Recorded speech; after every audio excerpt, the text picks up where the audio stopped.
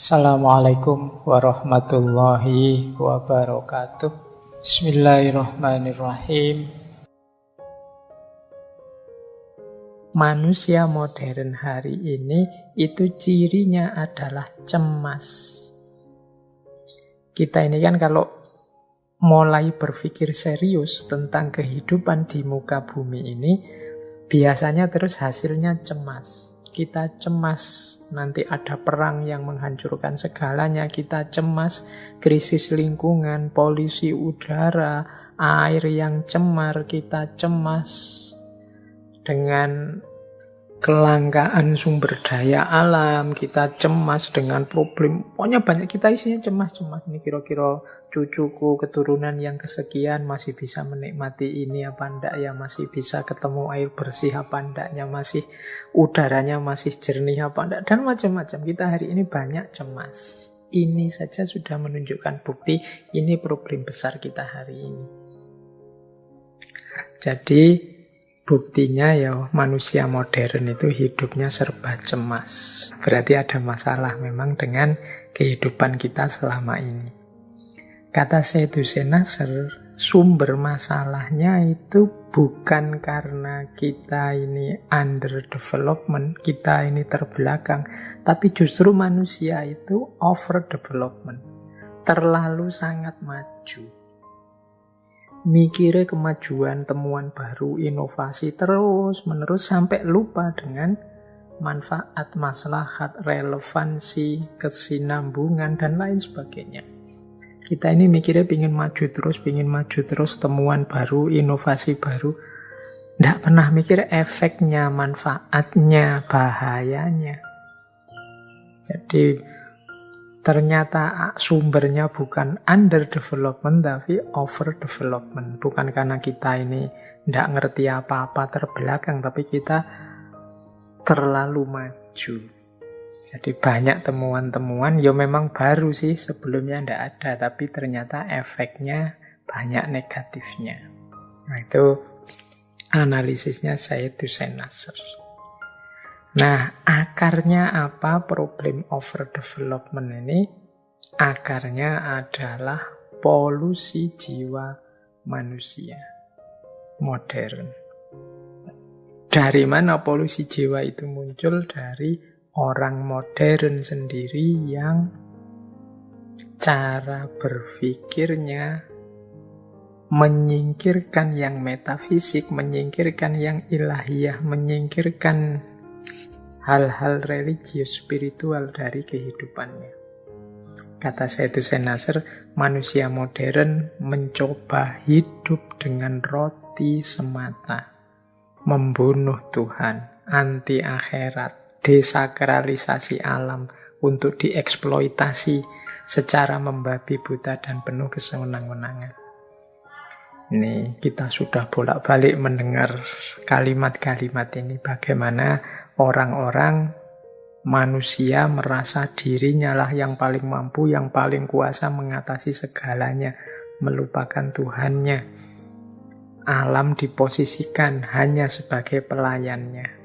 Kalau menggunakan kalimatnya Syed Hussein Nasr, in traditional societies, nature was seen as one's wife, but the modern West turned it into a prostitute. Dalam masyarakat tradisional, alam semesta dipandang sebagai istri. Ya kan?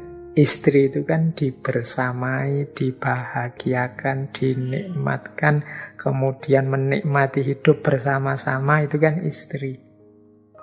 But the modern West, tetapi orang-orang Barat modern, turn it into a prostitute. Mengubahnya menjadi seorang prostitut, seorang wanita nakal. Kalau wanita nakal itu kan ya dinikmati sesaat terus ditinggal, dinikmati ditinggal. Jadi tidak dipedulikan nasibnya, kehidupannya, kebaikannya. Pokoknya orang hanya mengejar nikmatnya sendiri. Persis seperti itulah sikap kita terhadap alam selama ini. Padahal nenek-nenek kita, kakek-kakek kita dulu mencontohkan cara hidup yang berpasangan seperti suami istri dengan alam. Tapi orang-orang modern membaliknya, kita memposisikan alam seperti seorang prostitut.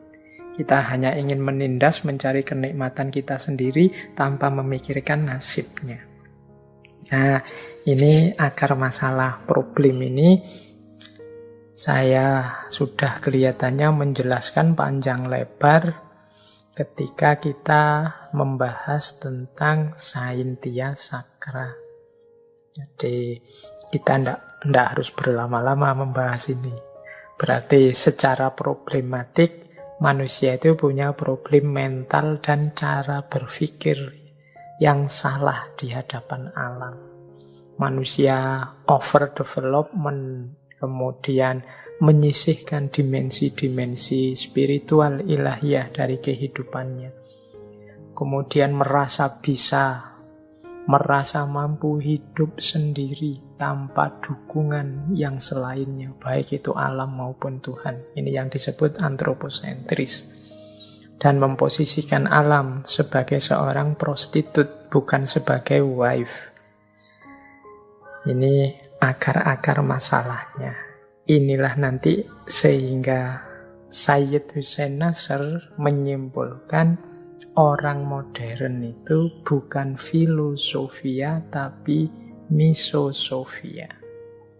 Orang modern itu bukan orang-orang yang cinta kebijaksanaan, tapi orang-orang yang benci kebijaksanaan. Kata Sayyid Hussein Nasr, hanya saja di barat berkembang filsafat yang tidak lagi cinta akan kebijaksanaan, tetapi menyangkal kebijaksanaan sebagai bentuk pengetahuan yang sah. Hasilnya adalah kebencian terhadap kebijaksanaan, yang seharusnya lebih tepat disebut misosofi.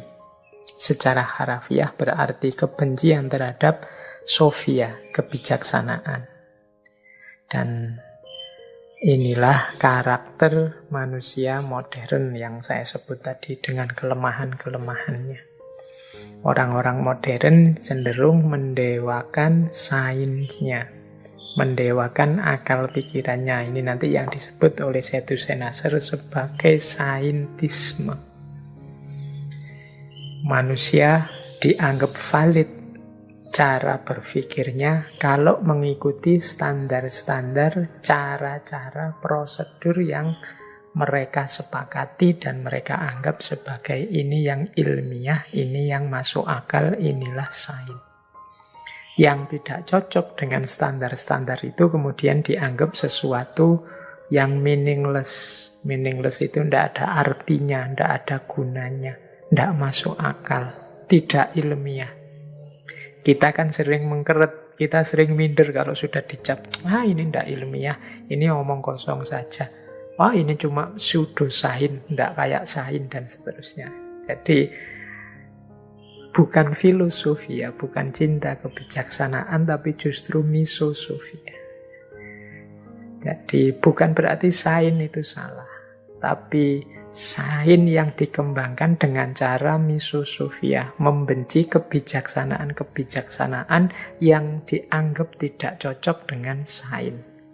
Sehingga manusia terus wawasannya jadi semakin menyempit, semakin reduktif. Inilah yang disebut misosofia. Kita hari ini kan juga sering begitu. Kita khawatir gagasan-gagasan kita tidak ilmiahkan, disingkirkan, dianggap sebagai sesuatu yang tidak masuk akal, tidak relevan untuk dipakai.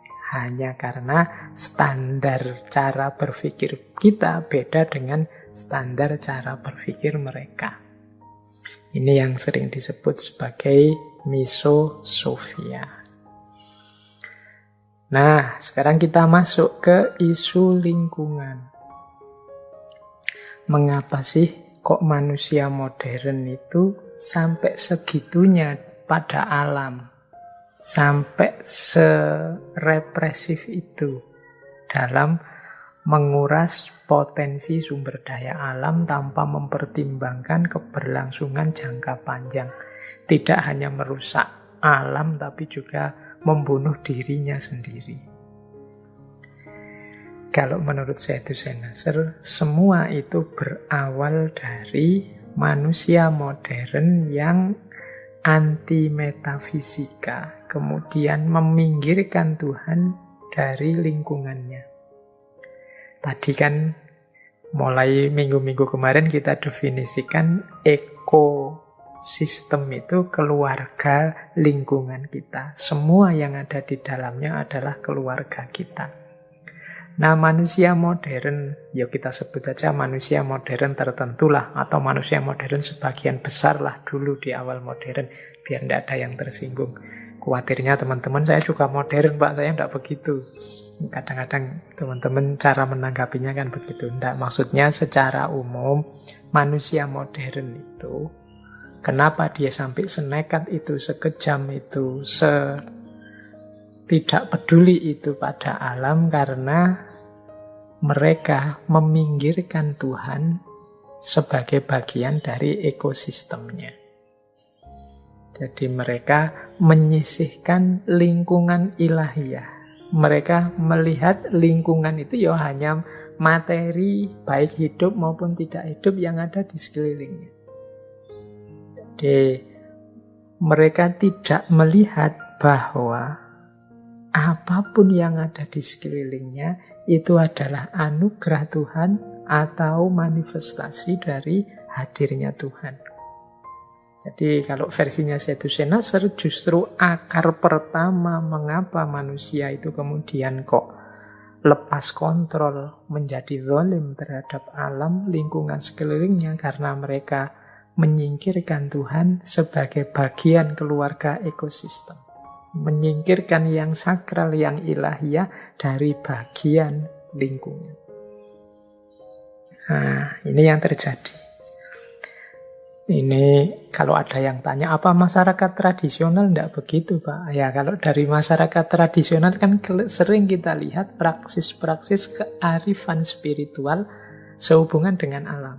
Manusia, orang-orang tradisional lama itu kan punya kearifan tersendiri untuk menghadirkan Tuhan dalam ekosistemnya. Coba lihat Jawa zaman dulu ya. Itu ada misalnya di setiap benda, di setiap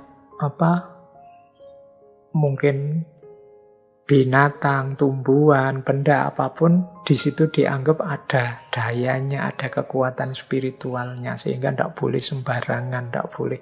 Orang dulu kan punya pandangan-pandangan begitu. Ini sakral, ini tabu, ini tidak boleh. Ini berarti masih ada sakralitas, masih ada lingkungan spiritual dalam ekosistem. Jadi, kesadaran ini yang hilang di dunia modern, karena orang modern hanya lihat kelihatannya saja, tampaknya saja, materinya saja. Jadi lihat rumput, ya rumput. Lupa bahwa rumput itu salah satu makhluknya Allah yang juga merupakan bagian dari ciptaannya, yang juga menunjukkan kebesarannya. Bagi kita rumput ya rumput. Dia harus disingkirkan kalau mengganggu. Tanpa berpikir panjang, kalau sama sekali tidak ada rumput di lingkungan kita, kira-kira ekosistem mana lagi yang terancam keberadaannya. Inilah problem yang dihadapi oleh manusia modern karena mereka sendiri lupa untuk menghadirkan Tuhan. Atau mereka sendiri secara sengaja membuang Tuhan dari lingkungan ekosistemnya. Nah, jadi ternyata akar utamanya di situ. Akar yang pertama. Yang kedua, mengapa sih manusia modern itu kok sampai tadi ya istilah saya, sezolim itu terhadap alam, lingkungan sekeliling? Alasan kedua adalah ya memang mode hidupnya manusia modern itu mode hidup yang tidak dalam. Kehilangan aspek spiritual, filosofis, religius dalam kehidupannya. Saidusen Nasr menyatakan begini. The environmental crisis has deep spiritual, philosophical, and religious roots and causes. It is not merely the result of bad engineering. Krisis-krisis lingkungan yang sekarang terjadi itu punya akar yang dalam dan sebab yang dalam. Dalam aspek spiritual, filosofis maupun religius. Tidak hanya buah dari teknologi yang jelek. Jadi kok banyak muncul teknologi-teknologi yang merusak ya? Kok banyak muncul kemajuan-kemajuan tapi pada akhirnya blunder, menjatuhkan manusia dan kemanusiaan? Itu karena memang sejak awal ada masalah dengan filosofi hidupnya, cara memandang lingkungan sekelilingnya, kemudian sikapnya terhadap hal-hal yang spiritual dan religius. Nah ini asumsinya, hipotesisnya Syed Hussein Nasr. Cara berpikirnya sudah salah sejak awal. Yang diperhatikan hanya aspek materi fisik positivistik. Melupakan masih ada yang spiritual, philosophical, religius. Kalau pakai bahasa Arab ya orang modern itu hanya fokus pada alamus syahadah, alam fisik, melupakan yang metafisik, alamul ghaib. Ini kalau saya bilang alamul ghaib ya tidak harus kemudian definisinya jin, setan, pocong. Alamul ghaib itu metafisik, termasuk akhlak, spiritualitas, kemudian dunia keagamaan. Ini kan dunia-dunia yang tidak material sifatnya. Sementara orang modern fokus hanya pada material. Jadi kunci pertama ternyata orangnya. Maka memperbaiki ekosistem yang rusak ini, ya pertama-tama harus diperbaiki paradigma berpikir manusianya. Karena disitulah akarnya. Syed Hussein Nasr menyindir kita begini. Yang mengenaskan, kata Syed Hussein Nasr, hari ini ada sejumlah muslim yang berpikir bahwa semua solusi dapat ditemukan hanya dengan tindakan di luar diri mereka. Mereka tidak perlu melakukan apapun di dalam diri mereka sendiri. Ini adalah ide yang sangat barat, modern, ide barat, di mana Anda mencoba memperbaiki dunia tanpa memperbaiki diri sendiri. Ya, baik. Jadi ini sindiran pada kita. Banyak di antara kita, ya cara berpikirnya ternyata sama seperti Barat. Padahal kita punya khazanah berpikir yang luar biasa untuk menyikapi lingkungan. Apa sih yang dimaksud Barat tadi oleh Syed Hussein Nasr? Cara berpikir yang di luar diri. Jadi kalau ada masalah, ya dicari ad hoc, dicari solusinya di luar diri. Kita ini kan selalu keluar, bahkan kalau ada masalah pun kadang-kadang kita enggan membaca diri, malah mencari kambing hitam, menyalahkan apa saja di luar lingkungan kita. Kata Nasr, gaya seperti ini tuh gaya Barat. Karena gaya Barat itu yang terkenal dengan positivistiknya, melihat sesuatu hanya pada aspek materi, hanya pada aspek rasionalitas instrumentalnya. Kalau katanya Nasr, gaya kita itu kalau ada masalah pertama-tama membereskan yang di dalam diri dulu. Jangan sampai kita lupa bahwa bisa jadi problem yang muncul di sekeliling kita itu muncul karena ada andil kita di situ. Jadi kita tidak sadar bahwa kita ini mungkin part of the problem. Kita ini bagian dari masalah.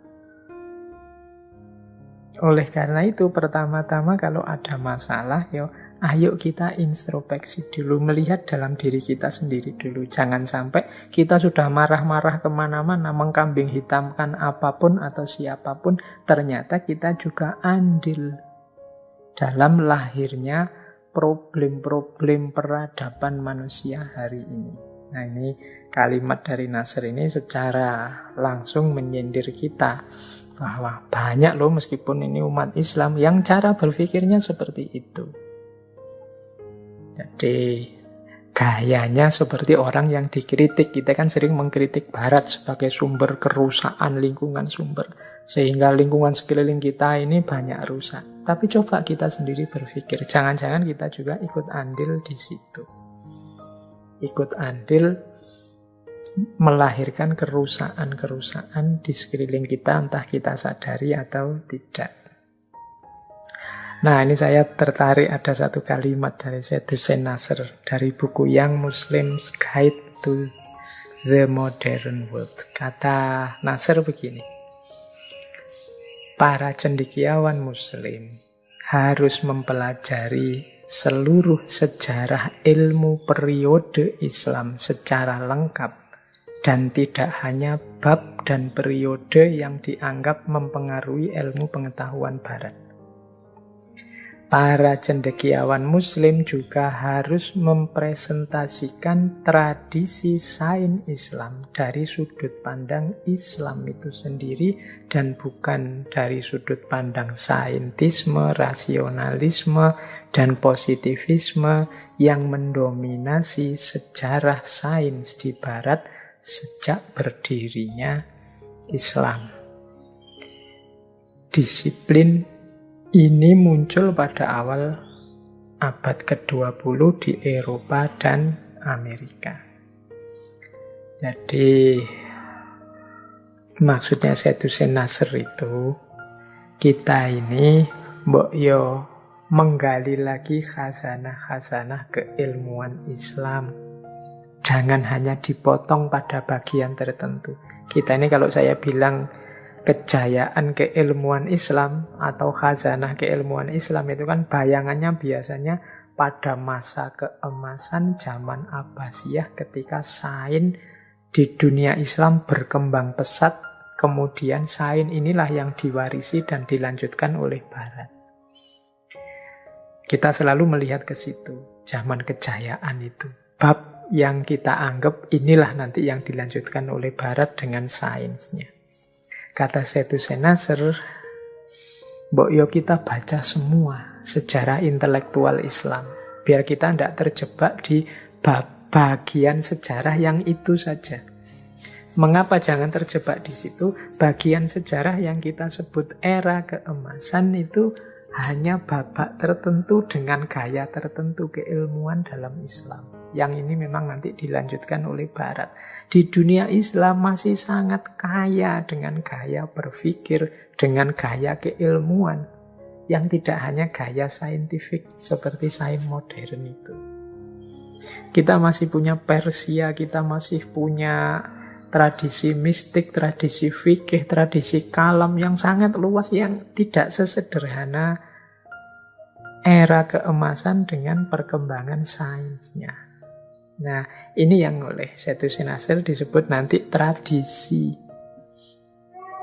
Kita punya tradisi keilmuan yang jauh lebih luas. Kalau kita hanya melihat bagian itu saja dalam sejarah Islam, misalnya kita bangga loh, ternyata Al-Jabar itu dari kita punya Al-Khawarizmi dengan matematikanya, kita punya, ini kan bagian-bagian sains saja yang nanti dikembangkan di abad 20 oleh Eropa dan Amerika, oleh Barat.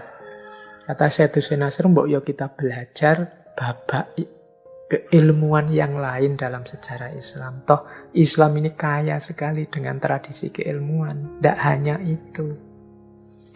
Kalau kita hanya melihat di situ, khawatirnya ya kita merasa inferior. Kita merasa tidak punya akar tradisi keilmuan. Kita merasa kalah oleh Barat. Padahal kalau kita bisa menghidupkan lagi kekayaan khazanah, tradisi yang justru penuh dengan kearifan-kearifan di dunia ilmiah Islam, mungkin di situ kunci bangkitnya lagi kejayaan Islam. Nah, ini PR kita ya. Karena kita ini sering sekali lupa dengan kekayaan tradisi budaya kita sendiri.